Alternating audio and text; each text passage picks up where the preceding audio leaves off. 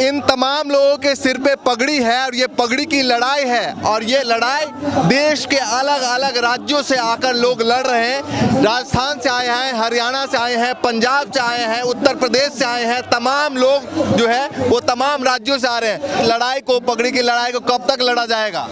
ये पगड़ी की लड़ाई जब तक हमें न्याय नहीं मिलता, बेटियों को न्याय नहीं मिलता, जब तक किसान सड़कों पर रहेगा।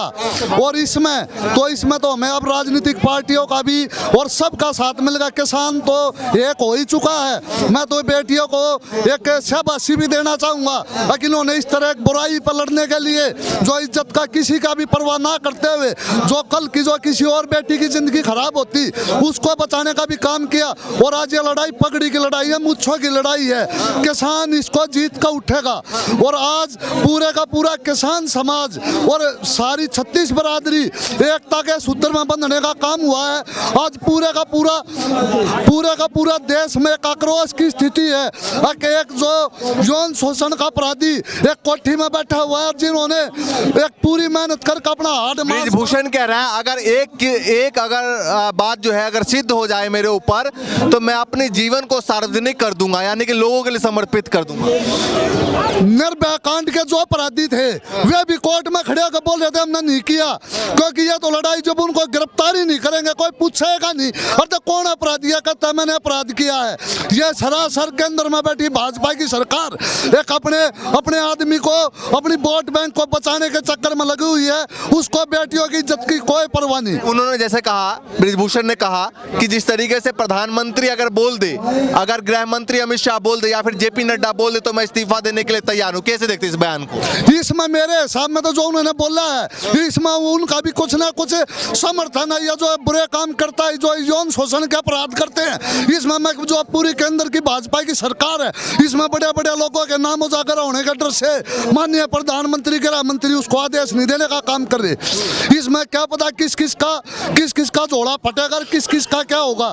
इसलिए आज एक सरकार आंख नाक बंद किए हुए बैठी हुई है। क्या इस पगड़ी की लड़ाई कितनी लंबी लड़ी जाएगी? ये लड़ाई जितनी लंबी मोदी चाहेगा उतनी लंबी, जब तक उसको गद्दी से नहीं उतार देंगे लड़ाई जारी रहेगी, ये रुकने वाला नहीं है। गद्दी से उतारने की लड़ाई है या फिर न्याय की लड़ाई है? न्याय जो अन्यायों को बढ़ावा दे रहा है उस शासक से लड़ाई हो रही है अभी।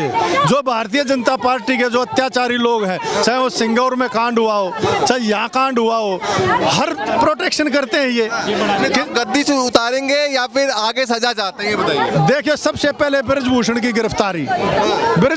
गिरफ्तारी हो सबसे पहले।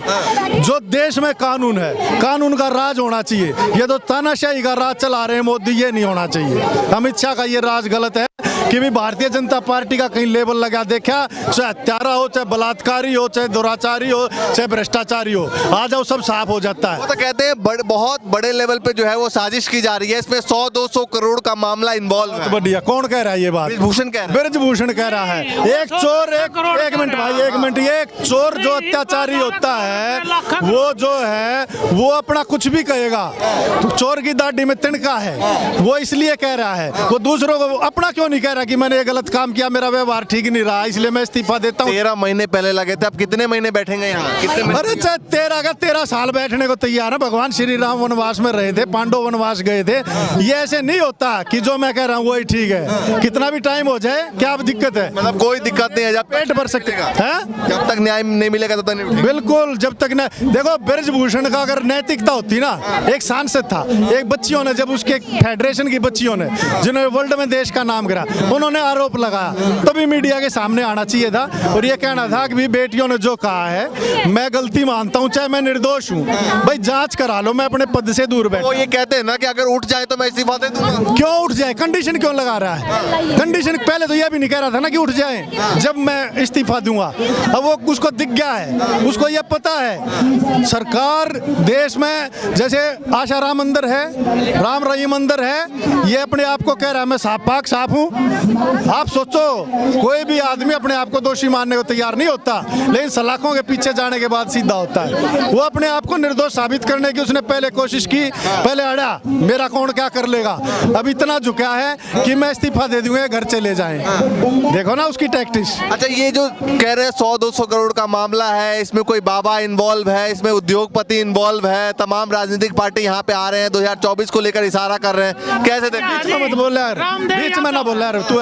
ऐसा है, मैं आपको बताऊं, जो 100-200 करोड़ की अरे मेरे से पूछ रहा है वो, एक मिनट रुक जाना। 100-200 करोड़ की जो बात हुई है, जो 100-200 करोड़ की बात कर रहा है, हर अपराधी यही कहता है, हर पागल ये कहता है मैं पागल नहीं हूँ, चोर ये कहता है मैं चोर नहीं हूँ, हत्यारा ये कहता है मैंने हत्या नहीं की। सब क्या करते हैं कि कानून के अंदर रास्ते से टैक्टिस से बाहर निकला हूँ मैं किसी तरह, ये नीति होती है। वो रामदेव का नाम ले भी नहीं रहा और कह रहा है कि बाबा इसके पीछे।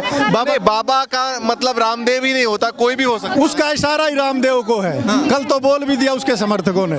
हाँ, वो रामदेव को ही बोल रहा है, वो सुशील का भी नाम लेता है कि वो भी जेल के अंदर है। क्या कहना चाहेंगे जिस तरीके से अब पगड़ी की लड़ाई है, तमाम लोग यहाँ पहुँच रहे हैं, कब तक डटने का फैसला किया है? ये 5 तारीख का सुप्रीम कोर्ट ने टाइम दे रखा है कि पुलिस अपनी क्या जांच करती है और कहां तक उसकी पड़ताल पहुंचती है।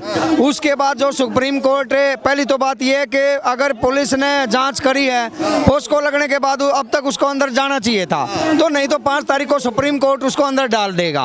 और उसके बाद भी अगर पुलिस सुप्रीम कोर्ट में कोई अजील फजूल बयान दे करके उसको बचाने की कोशिश करेगी, तो हम इस धरने को और मजबूत करने का काम करेंगे। FIR दर्ज होने के बाद बृजभूषण कह रहे हैं कि अब तक, यानी कल ये बयान दिया था कि अब तक मेरे पास न दिल्ली पुलिस का फोन आया है, न दिल्ली पुलिस के कोई लेटर आया है, न कोई फिजिकल तौर पे यहाँ पहुंचे। ये तो देखने वाली बात है कि FIR दर्ज भी नहीं कर रही थी दिल्ली पुलिस, तो उससे क्या अपेक्षा की जा सकती है? वो तो सुप्रीम कोर्ट के कहने पर उसने FIR दर्ज की है, और अब FIR दर्ज करने के बाद उसके पास कोई जांच के लिए कोई पहुंचा नहीं है, तो कहीं ना कहीं 5 तारीख को ये साबित हो जाएगा कि पुलिस अपनी प्रक्रिया में एक स्टेप भी बढ़ाने का काम नहीं कर रही है, दबाव में काम कर रही है। अब इसके अंदर सुप्रीम कोर्ट को स्टैंड लेना होगा और जल्द से जल्द इसको अंदर डालना होगा, क्योंकि देश के अंदर बहन बेटियों के अंदर गुस्सा भड़क रहा है, और अब तो अंतर्राष्ट्रीय स्तर पर भी इसको समर्थन मिलना पड़ हो गया। अगर अब भी बृजभूषण को कोर्ट और पुलिस अंदर नहीं डालती है, तो कहीं ना कहीं जितनी भी देश के चाहे खिलाड़ी हो, चाहे नेता हो, अभिनेता हो, तमाम जो लोकप्रिय शख्सियत हैं वो इसके समर्थन में आ गई हैं। अगर अब भी इसके ऊपर कार्रवाई नहीं होती तो कह रहे हैं कि बहुत बड़ा मामला है, मेरे खिलाफ साजिश है, 100-200 करोड़ रुपए का मामला है पूरा।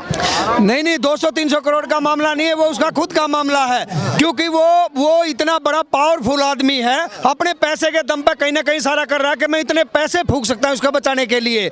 बड़ा मामला नहीं है। अब उसने क्या कहा था? कह रहा उद्योगपति मिलकर साजिश कर रहे हैं। कोई उद्योगपति नहीं है, हमारी बेटी, हम उद्योगपति हैं, हम हरियाणा से किसान हैं, ये हमारी बेटी है, और हमारी वो बेटी साक्षी जो विनेश है, बिना बाप की बेटी है, जंतर मंत्र के ऊपर बैठी, देश के दिल्ली केंद्र में बैठी है, तो कैसे उद्योगपति आगे? आम जनता यहाँ आ रही है। आप भी राजस्थान के रहने वाले मूल तौर बवाना विधानसभा दिल्ली से हैं, क्या कहना चाहेंगे? पगड़ी की लड़ाई है, कब तक लड़ी जाएगी? देखिए, ये जो पगड़ी की जो लड़ाई है, जो बेटियों का शोषण बृजभूषण सिंह जी द्वारा किया गया है, उसको लेकर के आज दिल्ली देहात से और अन्य राज्यों से, जैसे चाहे वो हरियाणा है, चाहे वो राजस्थान है, चाहे वो उत्तर प्रदेश है, या वो अन्य राज्य हैं, सभी राज्यों से यहाँ पर लोग आए हुए हैं, और जो हमारी जो खिलाड़ी है, जो महिला खिलाड़ी है, उनका समर्थन कर रहे हैं, क्योंकि बेटियों का शोषण हुआ है, किसानों की बेटियों का शोषण हुआ है। और पंजाब से? मैं पंजाब तो पिछों तरन ताਰਨ साहब का रहने वाला। मैं शुरुआत करूँगा, जिन्ना वधाई देश दी शान, ओदे नाल खड़ूगा पूरा हिंदुस्तान।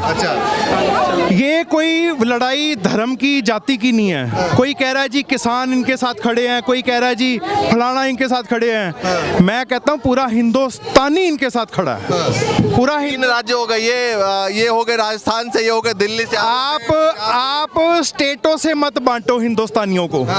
ये चाहे मैं तो वही कह रहा हूँ कि अलग अलग राज्य से लोग, चाहे राजस्थान से हो, चाहे केरला से हो, चाहे पंजाब से हो, ये हिंदुस्तानियों की लड़ाई है। जो पगड़ी, बेटी को बाप की पगड़ी बोला जाता है कि मेरी पग साम के रखी, बोला जाता है। आज जब उस पगड़ी के ऊपर हाथ लगेगा ना, तो वो हाथ कटेगा। क्या कहना चाहेंगे जो बयान दे रहे हैं बृजभूषण? बृजभूषण 100-200 करोड़ का रहने, वो लाखों करोड़ सरकार इलेक्शन में लाखों करोड़ फूक रही है, वो सारे चैनल वाले उसके इंटरव्यू ले रहे हैं। अपने घर पर वो कल इंडिया पोस्ट वाला ने धमका, इंडिया न्यूज वाला ने धमका रहा था वो। अमित शाह की सरपरस्ती में सारा काम हो रहा है यो।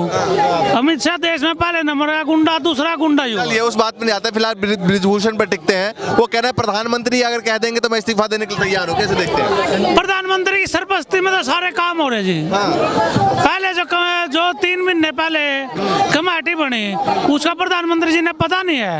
1 महीने का टाइम लिया था भाई, 1 महीने में रिपोर्ट आ जाएगी।